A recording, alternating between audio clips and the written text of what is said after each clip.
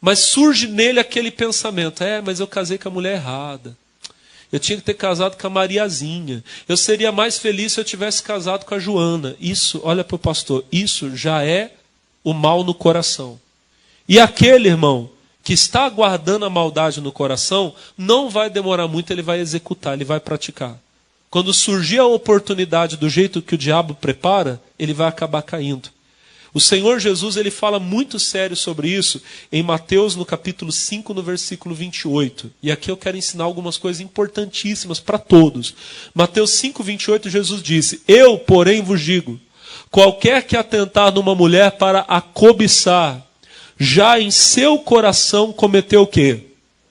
O adultério com ela. Deixa eu te explicar esse versículo, irmão. Isso aqui é importante, que eu queria ensinar você hoje sobre o segundo olhar. O que é o segundo olhar? O primeiro olhar é o olhar da percepção. Irmão, você não demora muito tempo para enxergar as coisas, não. Você quer ver? Olha como é que vocês são rápidos. Ó. Olha como é que vocês são rápidos. Que cor é essa? Que cor é essa?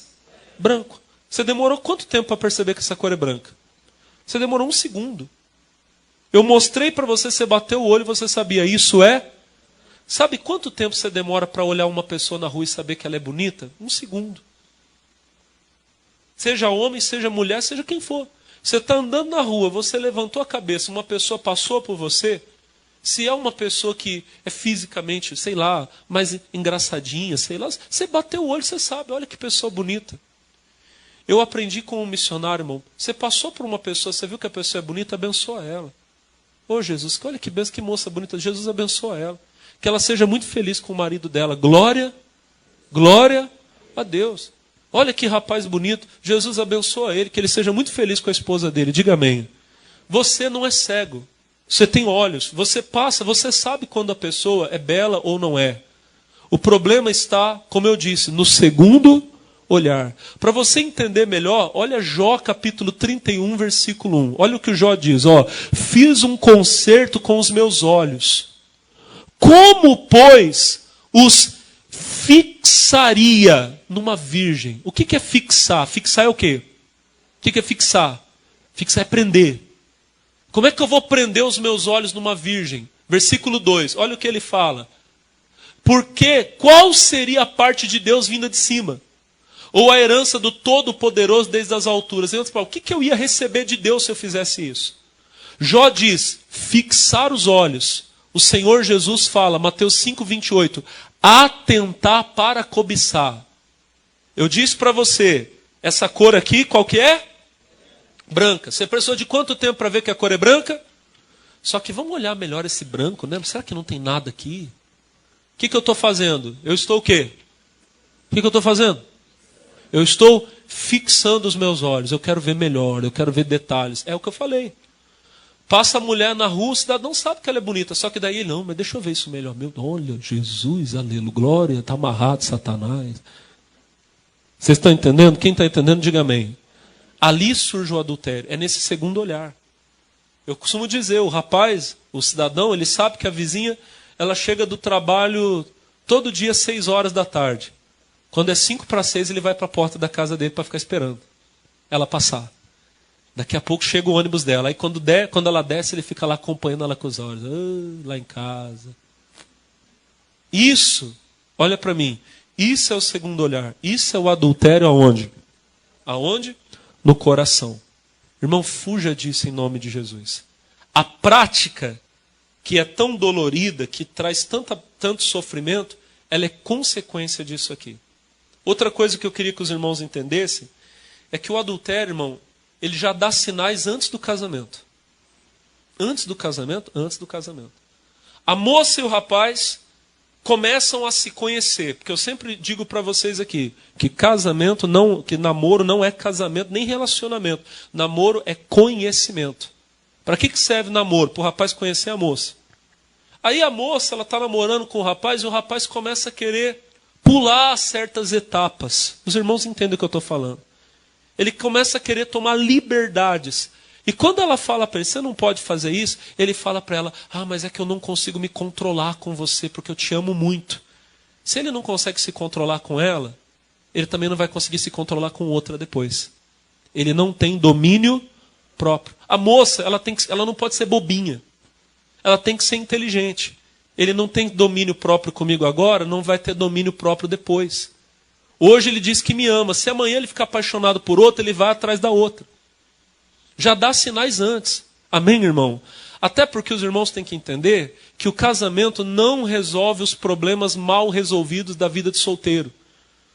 O cidadão, ele pensa assim, não, quando eu casar, eu vou poder viver uma vida de luxúria. Não, casamento não é permissão para isso. Em lugar nenhum da Bíblia você encontra isso. É claro que dentro do casamento, marido e mulher se completam e se realizam. Mas o casamento não é isso, irmão. O cidadão, me perdoa a forma que eu vou falar, vai ser um pouquinho pesado. O cidadão é viciado em pornografia. E ele pensa, o meu problema com a pornografia é porque eu não tenho uma mulher. Só que daí ele casa, ele arruma uma mulher e ele percebe que ele não consegue largar a pornografia. Por quê? Porque a pornografia, ela dá uma falsa, vamos dizer assim, imagem do que seja intimidade e prazer. A pessoa, ela acha que aquilo que acontece ali no filme que ela está vendo, que aquilo ali é a realidade. E não é, irmão. Não é realidade. Aquilo ali não acontece, aquilo ali é uma encenação. Aí depois ele se casa, quando ele vai para a vida simples de marido e mulher, ele começa a se sentir frustrado. Porque ele quer que a esposa dele faça aquilo que aquela mulher está fazendo lá no filme, ou que o homem está fazendo. Que coisa horrorosa, irmão. E aí a pessoa fica frustrada, não consegue abandonar o pecado. E aí começa a sujeira no casamento, começa o pecado no casamento. É sério isso que eu estou falando para vocês. Muito sério. A pessoa primeiro tem que resolver os problemas dela para depois se casar. Tem muitos irmãos que entendem errado o texto lá de Mateus 1 Coríntios 7:9. 1 Coríntios 7:9 diz assim, se não pode se conter, então se case. Porque é melhor casar do que abrasar. Aí o cidadão pensa, eu estou abrasado, então eu vou casar. Não, irmão, o crente não pode viver abrasado. E o que resolve o abrasamento não é o casamento. O que resolve o abrasamento é viver no espírito. Porque o abrasamento é concupiscência. A Bíblia fala, Gálatas 5,16, digo, porém, andai em espírito e não cumprireis a concupiscência da carne. O que resolve a concupiscência não é casar para ter um escape. O que resolve a concupiscência é uma vida em espírito. O solteiro tem que andar em espírito. Olha que exemplo lindo que nós temos na Bíblia. Gênesis 39:9. A mulher de Potifar queria se deitar com José. E José olha para ela e ele diz assim, ninguém há maior nessa casa do que eu. Nenhuma coisa me vedou senão a ti, porque tu és sua mulher. Como, pois, faria tamanho mal e pecaria contra quem? José não era casado. Ele sabia que talvez o marido da mulher nunca descobrisse, mas ele sabia como ele iria ficar com Deus. E ele não queria ficar mal com Deus. O negócio de José era com Deus, irmão. O seu negócio não pode ser porque tem alguém olhando. A minha mulher vai ficar sabendo. Não, meu negócio é com Deus. Eu não quero ferir o coração do meu amado. Eu amo Jesus mais que tudo. Não quero que ele saiba sobre mim uma coisa que vai fazer com que ele fique decepcionado comigo. Aleluia. A fidelidade é isso, irmão. O bom rapaz e moça para você casar é aquele que não deixa Jesus triste, mesmo que ele tenha que deixar você triste. As meninas estão entendendo? A mesma coisa os rapazes. A menina boa para você casar é aquela que deixa você triste, mas Jesus não. Você quer fazer? Não, desculpa, hoje é dia de culto, hoje não é dia de cinema, hoje não é dia de passear, hoje não é dia de praia, hoje é dia de igreja. Mas eu queria ter um tempo com você. Depois que a gente vai casado, a gente vai ter bastante tempo. Agora eu quero Jesus. Essa é boa para você casar. Porque você pode saber, se ela é fiel a Jesus, ela nunca vai ser infiel a você. Se ele é fiel a Jesus, nunca vai ser infiel a você. Se ele não teme perder qualquer coisa que seja por amor a Cristo, você está casando com a pessoa certa. Glória a Deus por isso. Amém? Outras coisas que eu queria falar com vocês aqui, irmãos, importantes, para a gente vencer esse problema. Eu disse que o problema já começa antes, já dá sinais antes. Outra coisa que eu queria falar, nós que somos judeus, nós temos que tomar cuidado com o padrão mundano. Romanos 12:2. Não vos conformeis com esse mundo, mas transformai-vos pela renovação do vosso entendimento, para que experimenteis qual seja a boa, perfeita e agradável vontade de Deus. A gente tem que tomar cuidado, irmão, porque nós estamos sendo contaminados pelo padrão mundano de ser, de agir, de se vestir, de se comportar. Lá em Ezequiel 23, versículo 14, Ezequiel 23, 14, olha que coisa, eu não vou ler o capítulo todo, eu vou ler só um versículo, ó, Ezequiel 23, 14. E aumentou suas impudicícias, porque viu homens pintados na parede, imagens dos caldeus pintadas de vermelho. Irmão, no tempo da Bíblia, quando ela foi escrita, não tinha televisão, não tinha celular. As pessoas faziam pinturas, faziam desenhos em paredes, muitas vezes. E essas paredes, o que você está lendo aqui, irmão, isso aqui é uma referência ao que era a pornografia no tempo da Bíblia. Pinturas de paredes de pessoas nuas. E a moça aqui da história, ela se tornou maldosa porque ela começou a olhar aquilo e começou a cobiçar aquilo como um padrão de beleza. A gente percebe que no mundo antigo tinha muito essa coisa da exposição da nudez. Vocês já perceberam que vocês já lembram daquelas esculturas gregas, né? Daquelas imagens, vocês já viram? Aquelas que demonstram lá os deuses gregos, vocês já viram? Como é que eles sempre estão? Sempre estão nus. Por que tanta exposição da nudez? É pornografia. O povo daquele tempo olhava aquilo e tinha aquilo como um padrão de beleza, como algo a se desejar. Os cristãos olhavam para aquilo e sabiam, isso é errado. Hoje ninguém mais fica olhando um pedaço de gesso esculpido. Hoje a pessoa olha o celular. Hoje a pessoa olha a TV. E tem crente que está sendo contaminado porque está assumindo o padrão errado. Do que é belo, do que é certo. Você quer vencer o pecado? Encha sua mente da palavra de Deus. Diga glória a Deus. Outra coisa que eu queria falar com vocês. Isso aqui são tópicos para ajudar você a vencer, irmão. A primeira passagem que eu te mostrei hoje foi Malaquias 2,14. Lá está escrito, Deus fala, a mulher da tua moci. Lembra quem é a pessoa com quem você se casou, irmão. Porque hoje você olha essa pessoa e você talvez não enxerga mais aquele homem que você admirava. Talvez você não enxerga mais aquela mulher por quem você foi tão apaixonado. E isso te faz querer cobiçar outras. Mas você tem que olhar para aquela pessoa e lembrar quem ela é. Imagina que eu te desse hoje um diamante. Valiosíssimo. E por algum motivo, esse diamante caísse lá na sua casa, você foi mexer com ele e caiu dentro da lata do lixo. Melhor ainda, caiu dentro da fossa. Quem já limpou uma fossa aqui? Levanta a mão. É uma experiência bem agradável, é verdade ou não é? Na hora que você abre a tampa, o que tem lá dentro, irmão? Você já sabe. Sem falar das baratinhas saindo, né, irmão? Aquelas baratas cascuda, voadora. Tem umas irmãs que já estão assim, já estão manifestando. Só de eu falar da barata. Olha para mim, irmão. O que você ia fazer? Você está vendo o diamante lá? Ah, não, deixa quieto, não. O negócio está feio, me perdoa a palavra, está mal cheiroso, mas vale a pena pôr a mão. Por quê? Porque vale muito. O tempo, irmão, o diabo talvez trouxe muita sujeira para o teu casamento, mas aquela pessoa preciosa ainda está lá. O seu marido ainda é aquele diamante. A tua esposa ainda é aquele diamante. Põe a mão na sujeira, tira essa sujeira, luta.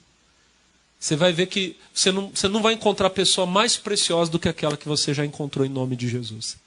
Outra coisa, irmão, eu li para vocês hoje, Mateus 19, versículo de número 8. Mateus 19, 8. O Senhor Jesus fala assim, põe para mim por favor, ó. E disse-lhes, Moisés, por causa da dureza do vosso coração, vos permitiu repudiar a mulher. O que faz um casamento acabar não é o adultério. É a dureza de coração. É não conseguir perdoar. O coração é duro, pastor, não consigo esquecer. Irmão, se você buscar a Deus, você que talvez um dia foi traído, eu sei que é duro, mas talvez tenha a outra pessoa, a sua metade, está buscando perdão e você não quer dar. Você tem que entender que talvez você está se privando de viver a história mais bonita da tua vida. Porque no perdão, Deus pode fazer uma obra linda. Deus pode transformar uma vida. E aquele que um dia fez você sofrer, aquela que um dia fez você sofrer, pode ser a pessoa que vai ser o seu maior milagre, vai ser seu maior testemunho, sua maior vitória. Eu já vi Deus restaurar casamentos, irmão, que aparentemente não tinha o que fazer. O camarada pisou feio na bola, a mulher pisou feio, foi longe demais, mas houve o encontro com Cristo, houve o arrependimento, e quando houve o perdão da outra parte, Deus fez uma obra linda. Pastor, eu não consigo esquecer. Se você pedir a Deus, Deus faz você esquecer. Depois de tudo que José passou, a Bíblia fala lá em Gênesis que ele teve 2 filhos. O primeiro se chamou Manassés, o segundo se chamou Efraim. Efraim significa crescimento. Manassés significa esquecimento. Antes do crescimento, nasce o esquecimento. Você quer crescer? Mas você vai ter que esquecer algumas coisas primeiro. Só que a Bíblia diz que José disse assim, Deus me fez esquecer. Deus vai fazer você esquecer. Vai limpar o seu coração. E você vai ter vida abençoada. A última coisa, eu sei que eu já falei bastante, mas é importante que você vai ouvir agora. A última parte, Mateus capítulo 4, versículo 38, aqui eu termino. Jesus estava dentro do barco, a Bíblia diz que ele estava dormindo com a cabeça sobre uma almofada. E despertaram dizendo, mestre, não se importa, não se te dá que pereçamos. Irmão, o barco estava o quê? Os discípulos deixaram o barco afundar? Deixaram a igreja. Eles fizeram o quê? Acordaram Jesus. Irmão, você está vendo que o barco está afundando? Peça ajuda. Uma vez uma pessoa, não foi aqui em Taubaté, isso tem muitos anos. Isso que eu estou te contando tem mais de 10 anos. Uma pessoa me procurou, irmão. Isso já aconteceu algumas vezes. O rapaz estava arrasado.